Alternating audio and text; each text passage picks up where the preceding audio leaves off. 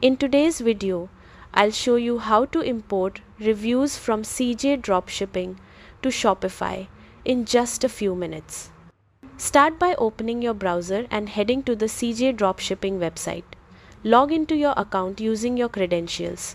Once you're inside, find the product whose reviews you want to import. You can use the search bar to locate it quickly. Open the product page and scroll down to the reviews section. Here, select the reviews you want to use. CJ Dropshipping allows you to export reviews, usually as a CSV file. Download this file to your computer. Now switch over to Shopify and log into your admin dashboard. From there, go to the Apps section and open your Product Reviews app. Popular options include Judge, Me, Looks, or Wise Reviews.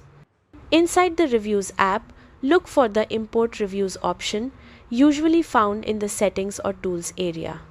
Upload the CSV file you downloaded from CJ Dropshipping and follow the on-screen steps to complete the import.